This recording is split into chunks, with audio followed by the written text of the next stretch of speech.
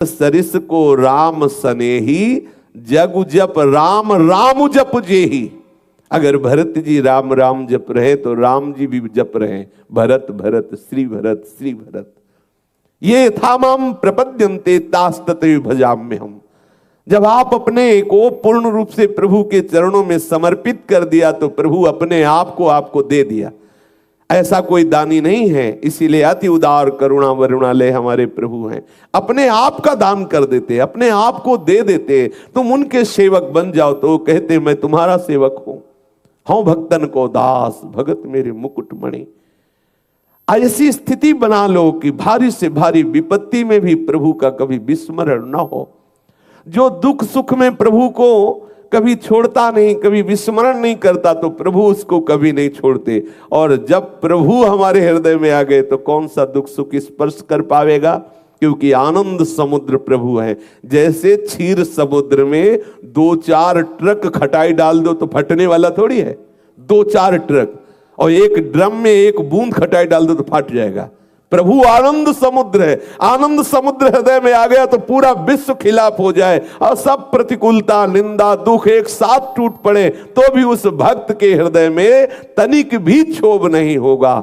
शास्त्रों में वर्णन आता है महाप्रलयंकारी स्थिति में भी भक्त प्रसन्न रहता है। क्यों? क्योंकि हृदय में आनंद समुद्र। जैसे क्षीर समुद्र में कितनी भी खटाई डाल दो फटने वाला नहीं, ऐसे ही आनंद समुद्र कितना भी दुख आ जाए वहां कुछ बिगड़ने वाला नहीं। पर स्मरण के द्वारा आनंद समुद्र प्रभु को हृदय में विराजमान करो, जागृत करो। वो पर्दा लगाए हुए सुप्त अवस्था में है, थोड़ा नाम कीर्तन भगवत भक्ति करके पर्दा हटाओ और देखो जहां प्रभु प्रकाशित हुए आनंद ही आनंद। बिना उनके प्रकाशित हुए आप दुख सुख के इस थपेड़े से नहीं बच सकते। ये दुख सुख हमारे मन को ऐसे बांधे हुए हैं, जरा सी प्रतिकूलता में हम खिन्न हो जाते हैं, भगवत स्मरण छूट जाता है। क्या हमारी भक्ति अभी रंग लाई है? हरिराम व्यास जी कह रहे हैं दुख सुख जब लगी भक्ति न तब लगी, यह भागवत बतावे। शास्त्र ऐसा कहते हैं जब तक दुख सुख का प्रभाव तुम्हारे मन में पड़ रहा है विशुद्ध भक्ति नहीं है। विशुद्ध भक्ति का प्रभाव है कि कोई भी सुख दुख का वेग आपके हृदय को छू नहीं पाएगा। अध्यात्म नित्या विनिवृत्त कामा द्वंद्व विमुक्ता सुख दुख संगई। सुख दुख का कोई प्रभाव उसके हृदय में नहीं पड़ेगा। देखो अपने लोगों की स्थिति क्या ऐसी भक्ति में है कि हमें सम्मान प्रिय न लगे, अपमान अप्रिय न लगे, कोई भी अनुकूल परिस्थिति में हर्ष ना हो, प्रतिकूल परिस्थिति में शोक ना हो, ना कुछ सुखद रह गया है ना कुछ दुखद रह गया है, सदैव आनंद ही आनंद। सदा भक्तों के हृदय में आनंद रहता है। क्या अपने हृदय में ऐसी स्थिति है? नहीं है तो बेचैन हो जाइए ऐसी स्थिति प्राप्त करने के लिए। और उसका उपाय है संतों का संग करके निरंतर भगवत स्मृति जागृत करना। एकमात्र भगवत स्मृति जागृत, सब कुछ हो जाएगा। तुम्हें अन्य चिंता बिल्कुल नहीं करनी। इसीलिए आज के सत्संग में सबसे पहले वर्णन हुआ सबला भक्ति का आश्रय लिए हो। भक्ति पुष्ट होती है हरि स्मरण से। आप हरि स्मरण पर ध्यान दीजिए, सारी स्थितियां आपकी जागृत हो जाएंगी। एक जगह पढ़ा कि जितने सुदर्शन जय विजय नंद सुनंद आदि ये दिव्य सर्व सामर्थ्यशाली भगवत पार्षद हैं, जिसके मुख से निरंतर नाम चलता रहता है, ये सदैव उसके अंग में विराजमान रहते हैं। जितने भगवत पार्षद हैं उस नाम जापक के अंग में विराजमान रहते हैं। जितनी दिव्य शक्तियां हैं सब उसकी सुरक्षा में रहती हैं, जो हरि का सदैव नाम स्मरण करता रहता है। भक्ति की परिपक्वता दिखाने के लिए, जगत में अपने भक्त की महिमा प्रकाशित करने के लिए प्रभु कोई लीला करे वो बात अलग है। नहीं, जिसके मुख में नाम चलता है, बड़ा आनंद मिला इस बात पढ़ करके कि जितने भी भगवत पार्षद है वो सब उसके अंग में विराजमान। इसीलिए भक्तों को दिव्य चिदानंद शरीर वाला कहा जाता है।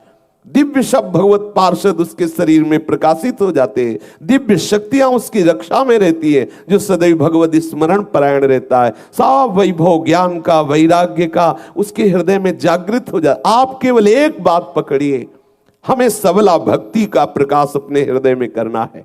महाबलशाली भक्ति जिसके अधीन प्रभु है। प्रभु को भक्ताधीन कहा गया है। अहम भक्त पराधीन हो, देखो कितनी सबल है भक्ति, कितनी सबल है। कभी कहीं ऐसा लिखा मिला हो आज तक किसी शास्त्र में कि मैं ज्ञानी के अधीन हूं? कहीं लिखा मिला हो तो मैं बताना। जो बोध संपन्न आत्म संपन्न आत्म भाव को प्राप्त हुए ज्ञानी जन है, उनको प्रभु ने अपनी आत्मा कहा है। इतना प्रिय है आत्मस्वरूप, लेकिन अधीन नहीं कहा। और भक्तों को प्रभु ने क्या कहा? अहम भक्त पराधीन हूं, मैं भक्तों के अधीन हूं। क्योंकि सबला भक्ति प्रभु को अधीन कर।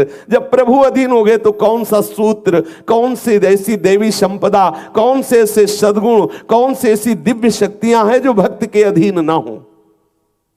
और भक्ति पुष्ट होती है अखंड स्मृति से। अखंड स्मृति, हम अखंड स्मृति नहीं कर पा रहे, इसलिए उसको हम अभ्यास में बांट देते हैं। इतनी देर नाम कीर्तन, इतनी देर अमुक अमुक, ऐसे करके पूरे समय को ऐसी नियमावली में बांध देते हैं जहां एक क्षण भी हमें प्रभु के विलग कोई ऐसी क्रिया, कोई ऐसे बोलना, कोई ऐसी चेष्टा, कोई ऐसा चिंतन न रह जाए। तभी भक्ति का प्रादुर्भाव होता है। कोई भी सुख दुख विचलित नहीं कर सकता, क्योंकि है ही नहीं। स्वाप्निक सुख दुख की सत्ता नहीं है। इसे जो हम सत्य माने हुए हैं, ये हमारे ऊपर प्रभाव डाल रहा है। जिस दिन ऐसा मान लोगे कि इसकी सत्ता ही नहीं, प्रभाव बिल्कुल नहीं होगा, सच्ची मानिए। जब हम किसी वस्तु को सत्य मानकर उसको उठाते हैं तो सुख होता है। जब मान लेते हैं झूठी है, ये व्यर्थ है, ये नकली है, उसी समय छोड़ देते हैं। ये सारा संसार नकली है जिसे हम सुख मानकर भोग रहे हैं। अनंत जन्म हो गए भोगते भोगते, अगर असली होता तो स्वाद मिल जाता। आज तक कोई अनुभव नहीं, वही बस भोगने की लालसा, बार बार भोगने की। कब तक भोगते रहेंगे? प्रहलाद जी कह रहे हैं, चबाए हुए को चबा रहे हैं, भोगे हुए को भोग रहे हैं, पीसे हुए को पीस रहे हैं। महाराज, आपकी कृपा के बिना कैसी दुर्दशा जीव की है, सावधान हो जाइए।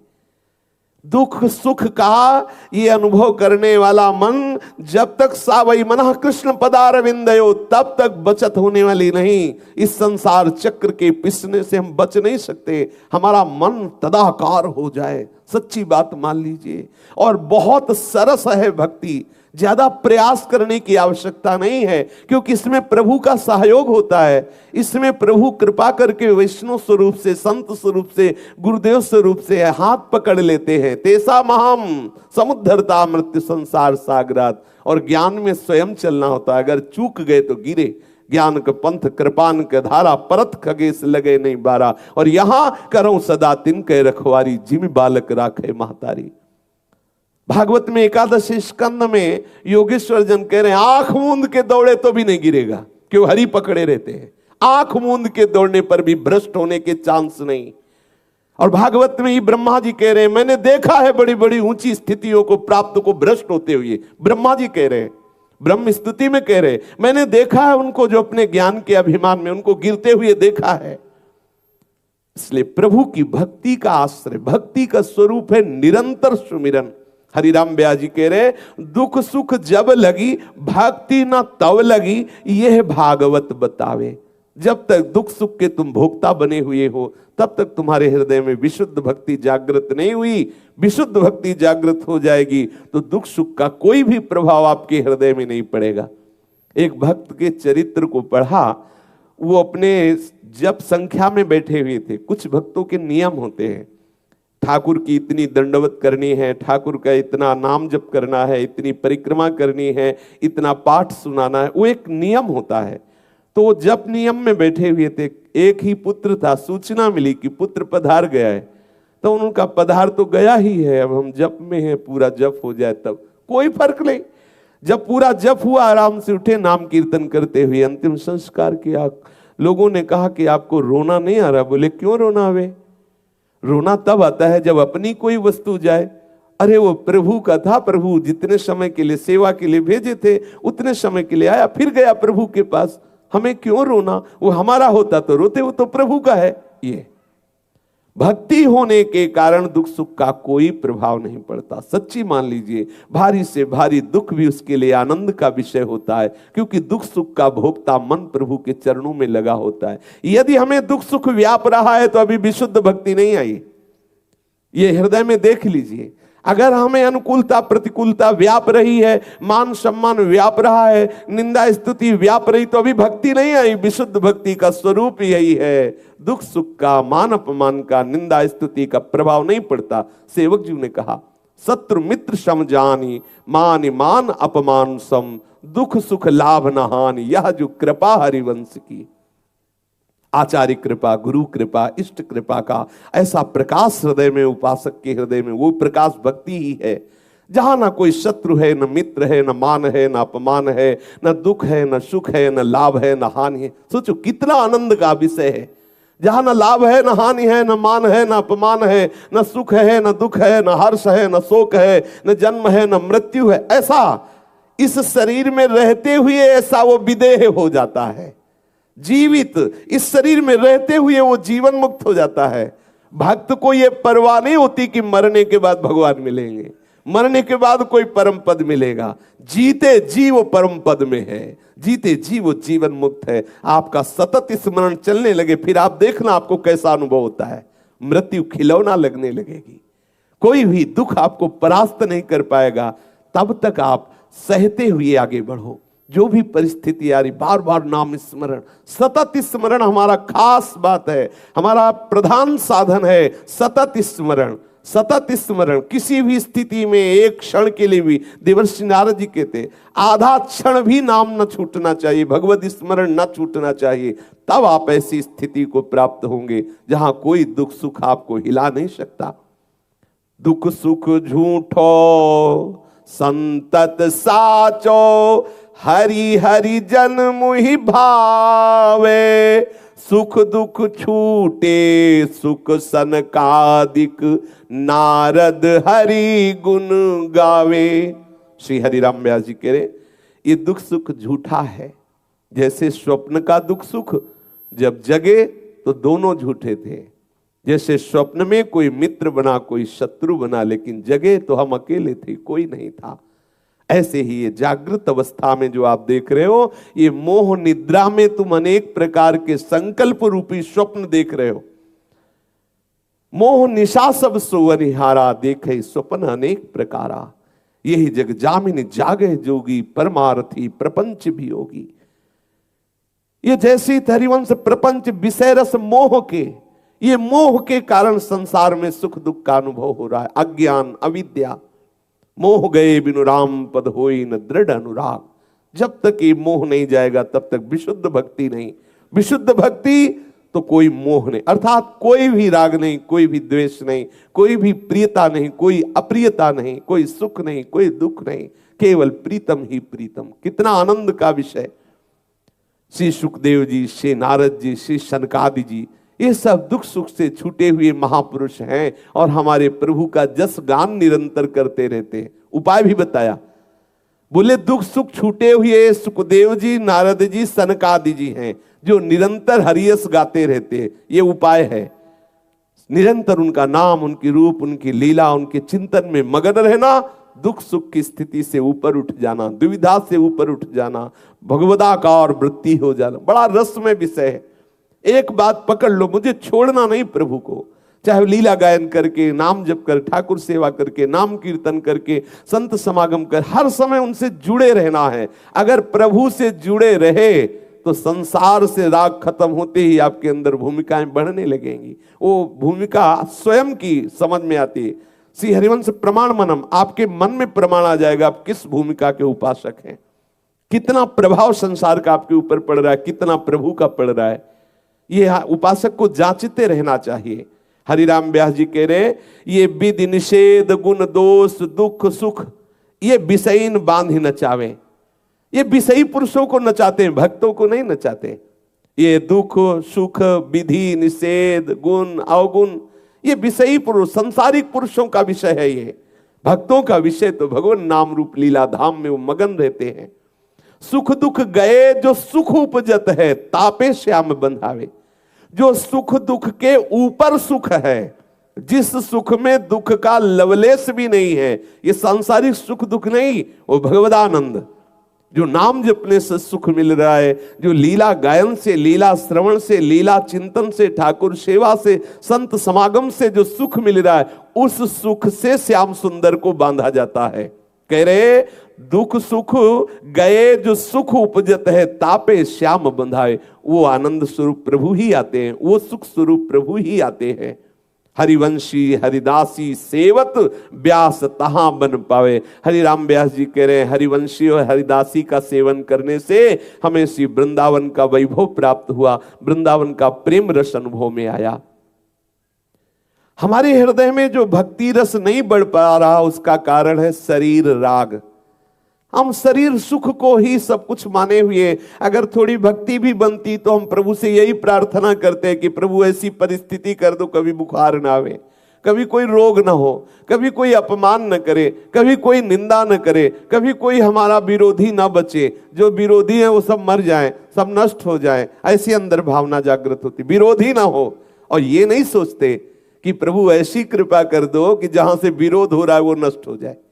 विरोध कहां से हो रहा है? मन की मलिनता से। मन की मलिनता मिटी कि सारा जगत हमारा इष्ट स्वरूप है। कितने दिन शरीर रहेगा, कितने दिन रहेगा? भाई जी श्री हनुमान प्रसाद पोद्दार जी अपनी वाणी में वर्णन करते हैं कि ये कुछ ही दिनों में खबर फैलने वाली है कि तुम मरे। भाई जी की वाणी है। ऐसा ही सोचना चाहिए, रोज सोचना चाहिए। एक बार तो बैठ के थोड़ी देर ये सोचना ही चाहिए कि किसी न किसी दिन ये बात आएगी कि मृत्यु आ गई नजदीक। जी देखो घबरा जाएगा, तुम्हारा ये मकान छूट जाएगा, तुम्हारे रिश्ते नातेदार छूट जाएंगे, तुम्हारे परिवार के सब छूट जाएंगे, खबर फैल जाएगी। आज ही फैलाओ, पहले मन में ये बात फैलाओ, ये तुम मरे, आज नहीं तो कल मरे। और यहां क्या फैलाया जाता है? अरे मौज लो, जब मरना है तब मरना। नहीं नहीं, ऐसा नहीं। जब मरना नहीं, पता नहीं किस क्षण मरना है, इसलिए हर समय तैयार रहना है। ये उपासक और संसारी पुरुष में अंतर है। संसारी पुरुष का है कि एक दिन तो जब मरना ही है तो काहे ना मौज ले लो, वो ये सोचेगा। और उपासक क्या सोचता है? एक दिन जब जाना ही है तो सावधान होकर के चलो, भगवत स्मरण परायण चलो, अपने जीवन को सार्थक कर लो। भाई जी कह रहे हैं बहुत गई थोड़ी रही नारायण अब चेत, काल चिरैया चुग रही निस दिन आयु खेत। उम्र बीत गई, रोज रोज मर रहे हो, ये तो बता रहे हैं रोज मर रहे हो। और यहाँ बर्थडे मनाया जाता है, बोले केक काटो, आज बोले हैप्पी बर्थडे, शाम के पता नहीं कौन सा डे आ जाए, डेथ डे, हाँ शाम के वो भी आ सकता है, इसलिए सावधान। हमें तो बहुत हंसी लगती जब बोले हैप्पी बर्थडे। क्या हैप्पी? ठाकुर मिल जाए तो हैप्पी, और ठाकुर नहीं मिले तो हैप्पी किस बात के हैप्पी? बोले एक साल बढ़ गया, रो बैठ के कि एक साल गया, प्रभु नहीं मिले। सब लोग बैठो, आज उत्सव मनाओ, काहे का? रोने का, कि एक साल गया हमसे कुछ बन नहीं पाया, प्रभु नहीं मिल पाए। उसमें क्या? और देखो कैसे मनाते हैं। एक बार देखा हमने बच्चे, वो दीपक जलाते ना, बुझाते हैं। अरे दीपक जलाना चाहिए कि बुझाना चाहिए? बोले नहीं बुझे, एक साल बुझ गया, गया जीवन से। और उत्सव मनाते कि एक साल मरे हम, एक साल गए। सावधान, कितना ज्ञान है। जहां दीपक जलाना चाहिए वहां दीपक बुझाते हैं। जहां प्रभु से विनय करना चाहिए कि एक साल तो गया प्रभु, अगले साल में व्यर्थ जीवन न जाए, ये पूरा साल आपके सुमिरन में जाए, चिंतन में जाए, नाथ, तभी जीवन सार्थक है। भाई जी महाराज कह रहे हैं उम्र बीती जा रही है, रोज रोज हम मृत्यु के नजदीक पहुंच रहे हैं। ये दिन दूर नहीं जब इस लोक में चर्चा फैल जाएगी कि वो मरा। वो दिन दूर नहीं है। ये जितने सगे संबंधी सब तुम्हें प्यार का नाटक करके फंसाए हुए हैं, ये एक दो दिन थोड़ा दिखाएंगे कि हाँ वो भाई बड़ा उदासी है, और इसके बाद सब फिर आनंदित हो जाएंगे। सबसे नाता टूटा ही टूटा है, केवल तू जोड़े हुए है। कितनी सुंदर बात कह रहे हैं।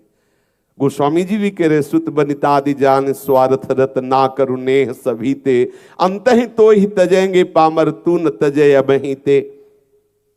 तुम जिनको मेरा मेरा कह करके तुम्हारी जीव सूख नहीं रही है कि श्री हरि मेरे हैं, उनको तो तुम बोल नहीं पा रहे हो। इनको कह रहे ये मेरे, ये मेरे।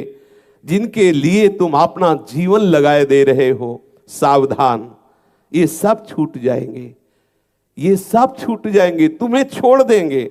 तुम फिर अपने कर्मों का बोझ लेकर के जाओगे, नए रिश्ते नातेदार बनाओगे। वो नए रिश्तेदार सुअर, कुत्ता, गधा में भी हो सकते हैं, क्योंकि ऐसे ही थोड़ी कि हम इस समय मनुष्य बने तो अगला जन्म। जब भरत जी हिरण बन सकते हैं, महाराज नहुस अजगर बन सकते हैं, देवराज इंद्र के पद से सीधे प्रमोशन हुआ और अजगर बने जाके, नहीं बने तो हमारे तुम्हारे लिए तो कहो मच्छरे आदि का प्रमोशन आ जाए कि भाई भजन तो बना नहीं तो जाओ, पर वृंदावन के बनेंगे मच्छर, मच्छर भी बनेंगे तो वृंदावन। खैर अब चिंता की बात नहीं है, वृंदावन आ गए, वृंदावन का आश्रय ले लिया। पर सावधान, भाई जी महाराज वर्णन कर रहे हैं कि ये मन में जो तुम कल्पनाएं करके लोगों को अपना मानकर व्यक्ति का आश्रय लेकर भोगों में सुख बुद्धि करके समय नष्ट कर रहे हो, बहुत घाटे में हो।